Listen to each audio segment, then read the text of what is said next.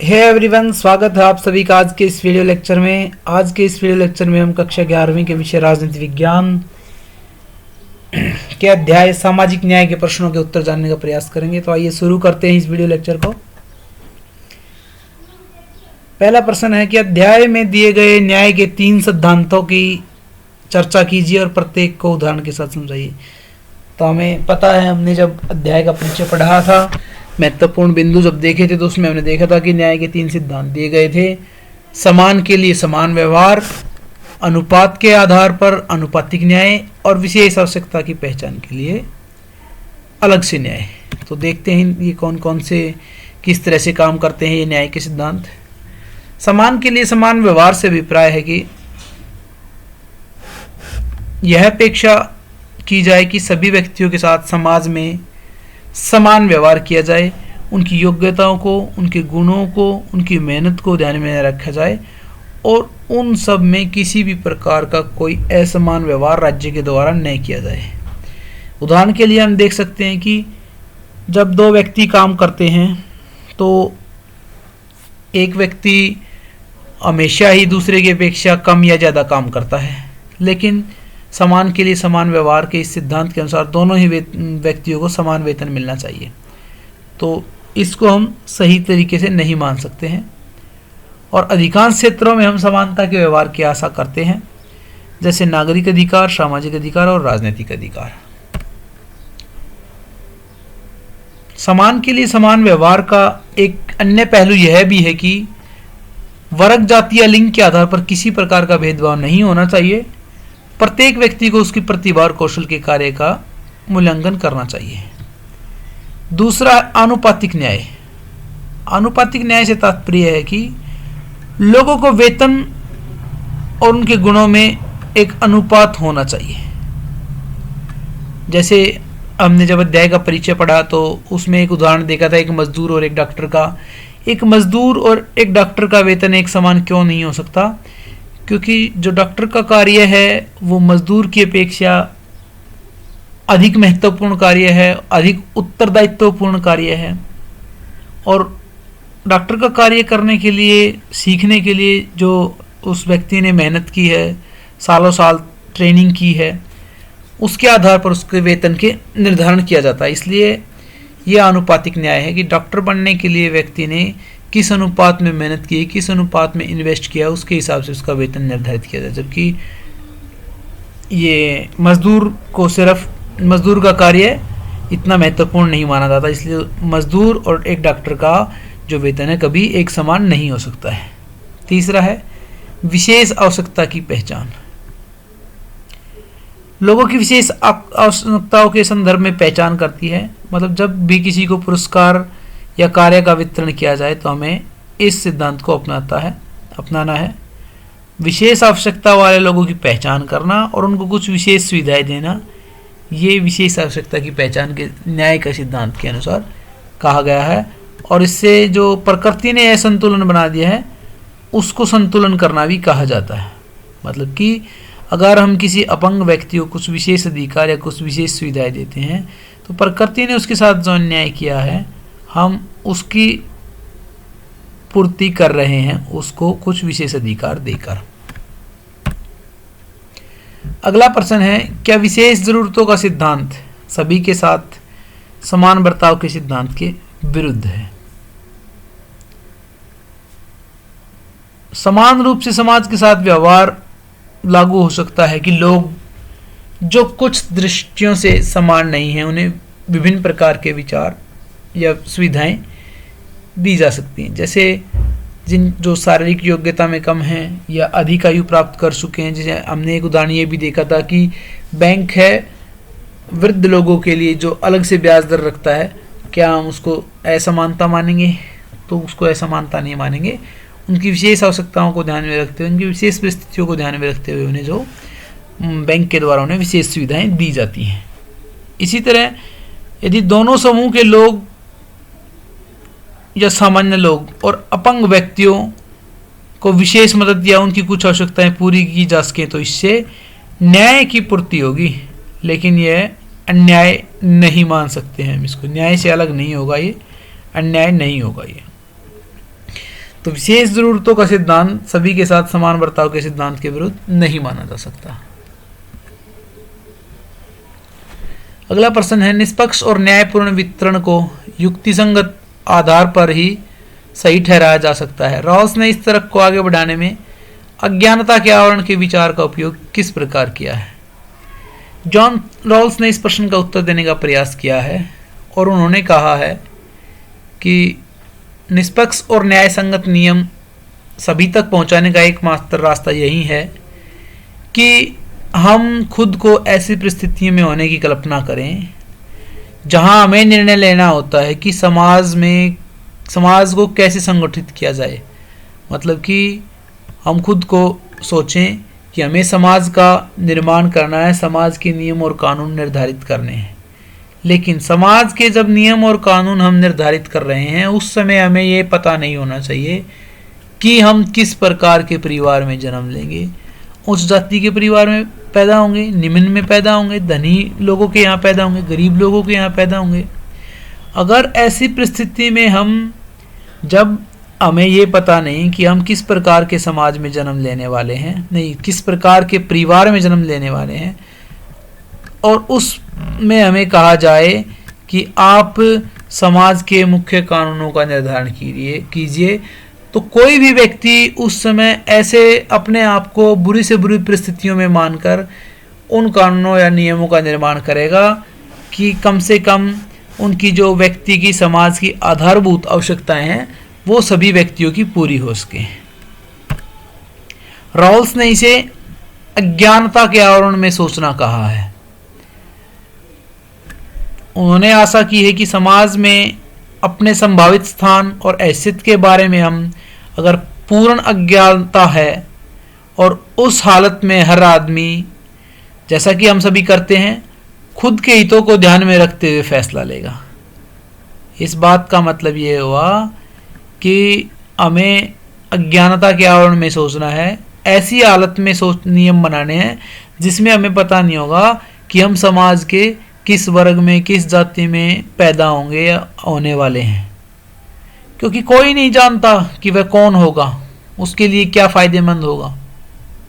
इसलिए हर कोई सबसे बुरी स्थिति के मद्देनजर समाज की कल्पना करेगा। मतलब वो मानेगा कि वो समाज में जो सबसे निम्न वर्ग है उसमें पैदा होने वाला है, अगर वो वहाँ पर पैदा हुआ तो उनकी कुछ विशेष सुविधाएं, विशेष आवश्यकताएं होंगी और उनकी पूर्ति कैसी होगी। खुद के लिए सोच विचार कर सकने वाले व्यक्ति के सामने स्पष्ट रहेगा कि जो जन्म से सुविधा संपन्न है वे कुछ विशेष अवसरों का उपयोग कर सकेंगे, लेकिन दुर्भाग्य से यदि उसका जन्म समाज के वंचित तबके में हो गया जहां कोई अवसर न मिले, तब क्या होगा। इसलिए अपने स्वार्थ में काम करने वाले हर व्यक्ति के लिए यह उचित होगा कि वह संगठन के ऐसे नियमों के बारे में सोचे जो कमजोर तबके के लिए यथोचित अवसर सुनिश्चित कर सके। मतलब कि आवश्यकता अनुसार जो अवसर उसे मिलने चाहिए वो निश्चित हो जाएं। इस प्रयास से दिखेगा कि शिक्षा, स्वास्थ्य, आवास जैसे जो महत्वपूर्ण संसाधन हैं, जो आधारभूत आवश्यकताएं हैं, वो सभी लोगों को प्राप्त होंगे, चाहे वो उच्च वर्ग के हों या वो निम्न वर्ग के हों। तो ये था जॉन रॉल्स का अज्ञानता के आवरण में सोचने का नियम। अगला प्रश्न है, आमतौर पर एक स्वस्थ और उत्पादक जीवन जीने के लिए व्यक्ति की न्यूनतम बुनियादी जरूरतें क्या मानी गई हैं और इन न्यूनतम आवश्यकताओं को सुनिश्चित करने में सरकार की क्या जिम्मेदारी है। एक समाज उस समय न्यायपूर्ण माना जाता है जब व्यक्तियों में बहुत अधिक अंतर हो जाता है, इतना अंतर कि एक व्यक्ति अपनी न्यूनतम आवश्यकताओं की पूर्ति नहीं कर पाता, अपने जीवन के लिए जो मूलभूत आवश्यकताएं, मूलभूत साधन हैं, वो उपलब्ध नहीं हो पाता, जिससे लोग स्वस्थ और सुरक्षित जीवन जी सकें, अपनी प्रतिभा का विकास कर सकें। अगर ऐसी चीज़ें कुछ लोगों को प्राप्त नहीं हो रही हैं तो ऐसे समाज को हम अन्यायपूर्ण समाज मानेंगे। लोगों को समाज में सम्मानजनक स्थान प्राप्त करने के लिए समान अवसर भी उपलब्ध होने चाहिए। अगर सभी व्यक्तियों के पास अपने विकास के समान अवसर नहीं हैं तो वो अपना विकास समान तरीके से नहीं कर पाएंगे और समाज में उनकी स्थितियों में अंतर हमेशा बना रहेगा। इसलिए लोगों की आवश्यकताएं, जो जीवन की मूल न्यूनतम दशाएं होती हैं, उनकी पूरे करने के लिए सरकार द्वारा विभिन्न प्रकार के उपाय किए गए हैं और किए जाने भी चाहिए। इससे अंतर्राष्ट्रीय संगठनों और विश्व स्वास्थ्य संगठन तथा राष्ट्रीय सेवा योजना का भी महत्वपूर्ण योगदान रहा है। और जो मूलभूत आवश्यकताएं मानते हैं वो हैं स्वास्थ्य, आवास, खानपान, पेयजल, शिक्षा और न्यूनतम मजदूरी। ये व्यक्ति के जीवन की मूलभूत या न्यूनतम आवश्यकताओं में सम्मिलित किया गया है। तो ये समाज के हर व्यक्ति तक इनकी पहुंच होनी आवश्यक है। अगला प्रश्न है कि सभी नागरिकों को जीवन की न्यूनतम बुनियादी स्थितियां उपलब्ध कराने के लिए राज्य की कार्रवाई को निम्न में से कौन से तर्क से वाजिब ठहराया जा सकता है। तो पहला इन्होंने बताया है, अगर गरीब और ज़रूरतमंदों को निःशुल्क सेवाएं दी जाएं तो ये एक न्यायोचित कार्य है। बिल्कुल है, अगर लोगों के जीवन की न्यूनतम दशाएं उपलब्ध कराने में राज्य कार्य करता है तो इसको हम न्यायसंगत ठहरा सकते हैं। दूसरा है, सभी नागरिकों को जीवन का न्यूनतम बुनियादी स्तर उपलब्ध करवाना अवसरों की समानता सुनिश्चित करने का एक तरीका है। ये भी बिल्कुल है, सभी नागरिकों को न्यूनतम जीवन स्तर की समानता की दृष्टि से एक तरफा है। कुछ लोग प्राकृतिक रूप से आलसी होते हैं और हम उनके प्रति दयालु होना चाहिए, ये बिल्कुल गलत है। सभी नागरिकों को मूल न्यूनतम स्तर की जीविका अवसरों की समानता की दृष्टि से एक तरफा सिद्धांत जो हमने बता दिया था वो सही था, लेकिन प्राकृतिक रूप से आलसी व्यक्तियों के प्रति दयालु होने राज्य के लिए सही नहीं रहेगा। अगला है, सभी के लिए बुनियादी सुविधाएं और न्यूनतम जीवन स्तर सुनिश्चित करना साझी मानवता और मानवाधिकारों की स्वीकृति है। बिल्कुल, ये मानवाधिकार और मानवता की एक पहचान है। सभी के लिए न्यूनतम आवश्यकताएं और न्यूनतम जीवन स्तर सुनिश्चित करना मानवता और मानवता अधिकारों की एक स्वीकृति है। इसके अतिरिक्त कुछ महत्वपूर्ण प्रश्न हम देख लेते हैं इस अध्याय से जो जुड़े हुए हैं। इनमें पहला प्रश्न है, आनुपातिक न्याय के विचार से आप क्या समझते हैं। आनुपातिक न्याय से ऐसे अभिप्राय ऐसे न्याय से है जब लोगों को वेतन और गुण में एक अनुपात होना चाहिए। मतलब कि जो लोगों को वेतन दिया जा रहा है वो उनके गुणों के अनुपात में उनको वेतन दिया जा रहा है। कर्तव्य और पुरस्कार का निर्धारण करना चाहिए और परिभाषित करना चाहिए। वास्तविक न्याय के लिए जरूरी है कि आधुनिक समाज में समान व्यवहार का सिद्धांत आनुपातिक सिद्धांत से संतुलित करने की आवश्यकता। मतलब कि सभी के लिए हम समान अधिकार ये नियम लागू नहीं कर सकते। आनुपातिक न्याय हम समाज में लागू कर सकते हैं। जिसने जितना इन्वेस्ट किया है उसी के हिसाब से उसको वेतन मिलेगा। अगला प्रश्न है, न्याय का क्या अर्थ है। न्याय शब्द की उत्पत्ति जस से हुई है, जिसका अर्थ होता है किसी को देना। परंतु किसी को देने की अवधारणा समाज में विभिन्न हो सकती है। उदाहरण के लिए, समय के एक बिंदु पर महिलाओं को समाज में महत्वपूर्ण स्थान प्राप्त था, लेकिन धीरे धीरे कालक्रम के अनुसार उनकी उपेक्षा की गई और उनकी स्थिति बद से बदतर होती चली गई, खराब हो गई। उन्हें विभिन्न प्रकार की यातनाएं भी दी जाने लगी। अब न्याय के विचार से सत्यता, ईमानदारी, निष्पक्षता, समान अवसर, समान व्यवहार, इन सभी आवश्यकताओं की पूर्ति आदि आवश्यक माने जाने लगे। न्याय के संबंध में हम जेम्स मिल के विचारों को जानने का प्रयास करते हैं। उन्होंने कहा है कि न्याय में कुछ अंतर्निहित है जिसे करना न सिर्फ सही है और न गलत, बल्कि जिस पर बतौर अपने नैतिक अधिकार कोई व्यक्ति विशेष हमसे दावा जता सकता है, उसको हम न्याय कह सकते हैं।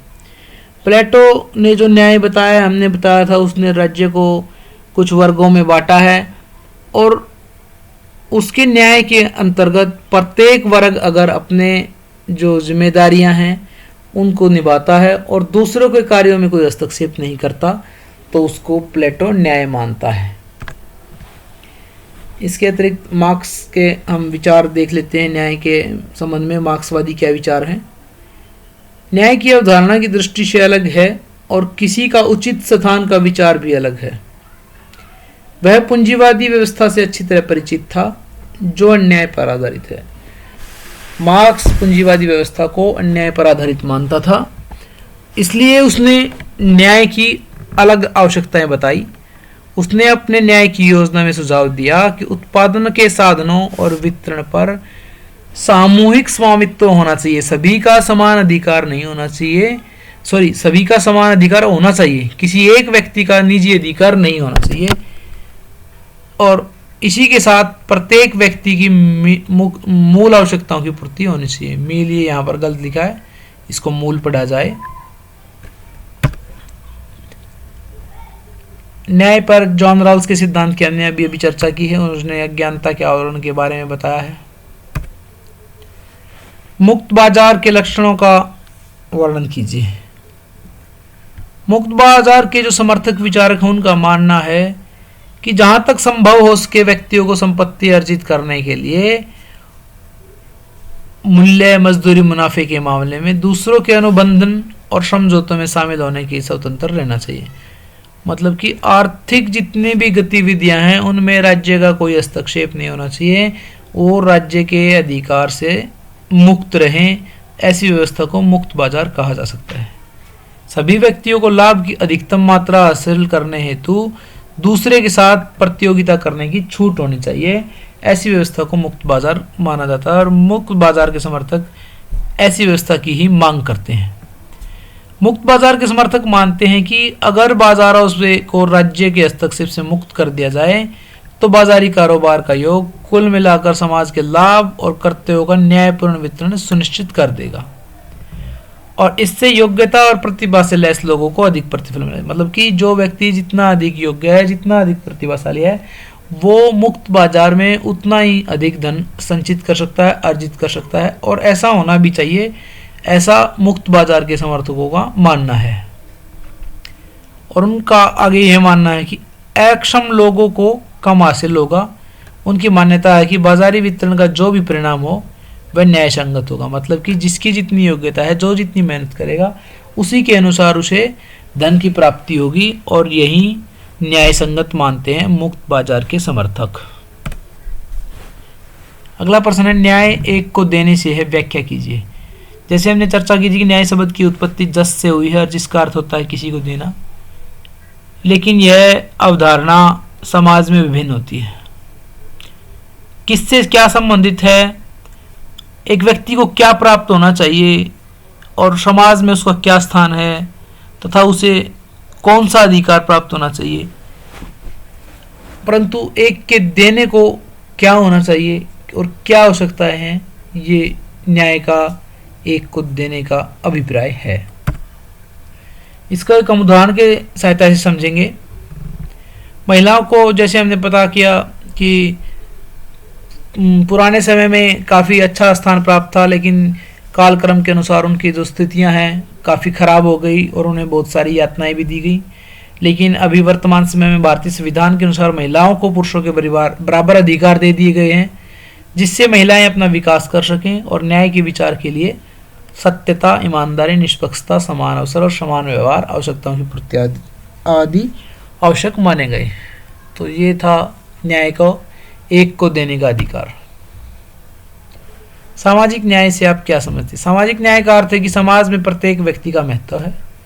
समाज में जाति, धर्म, वर्ण, भाषा आदि के आधार पर कोई भेदभाव नहीं किया जाएगा।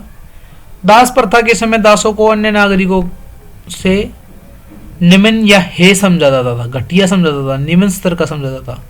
भारत में लंबे समय तक अछूतों को समाज का उपेक्षित अंग माना गया था और विश्व के बहुत सारे भागों में अब भी समाज में स्त्रियों की स्थिति पुरुषों के समान नहीं है। ये सब सामाजिक अन्याय की स्थितियां हैं। सामाजिक न्याय की स्थिति में सबको समाज में उचित स्थान मिलना चाहिए। भारतीय संविधान में कुछ ऐसे प्रावधान किए गए हैं जिनका उद्देश्य सामाजिक न्याय का निर्माण करना है। उनका आपको वर्णन करना है कि वो कौन से प्रावधान है जिनके द्वारा सामाजिक न्याय का निर्माण करने की कोशिश की गई है। पहला मूल अधिकार है। सभी व्यक्तियों को मौलिक अधिकार प्राप्त हैं और मौलिक अधिकारों की उपेक्षा होने की स्थिति में न्यायालय के सामने जाया जा सकता है। दूसरा, रोजगार, शिक्षा संस्था और वैधानिक संस्थाओं, संसद और विधान सभाओं में जो आरक्षण का प्रावधान किया गया है, ये भी सामाजिक न्याय को स्थापित करने का एक साधन है भारत के संविधान का। छुआछूत का निवारण अनुच्छेद 17 के अनुसार अस्पृश्यता का अंत कर दिया गया है और भारतीय संविधान में जो सामाजिक न्याय का निर्माण करने का एक उद्देश्य है। और इसके अतिरिक्त राज्य के नीति निर्देशक सिद्धांतों में भी सामाजिक न्याय स्थापित करने के लिए बहुत सारे नियम लिखे गए हैं।